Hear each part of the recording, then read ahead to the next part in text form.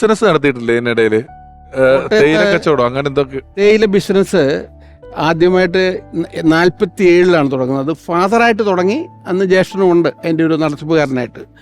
ജ്യേഷ്ഠൻ ആദ്യമായിട്ട് വേറെ ഒറ്റയ്ക്ക് തുടങ്ങുന്നതാണ് കോട്ടയത്തെ പ്രകാശ് കോസ്റ്റ്യൂം ഹാൾ. കോട്ടയത്തെ ആദ്യത്തെ ഡ്രൈ ക്ലീനിങ് കട കോട്ടയത്ത് തുടങ്ങിയതാണ്.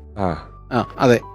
ഇത് കാലഘട്ടം ഇത് എനിക്ക് തോന്നുന്നത് പ്രകാശ് കോസ്റ്റ്യൂം ഹാൾ തുടങ്ങുന്ന 55-ലാണ്.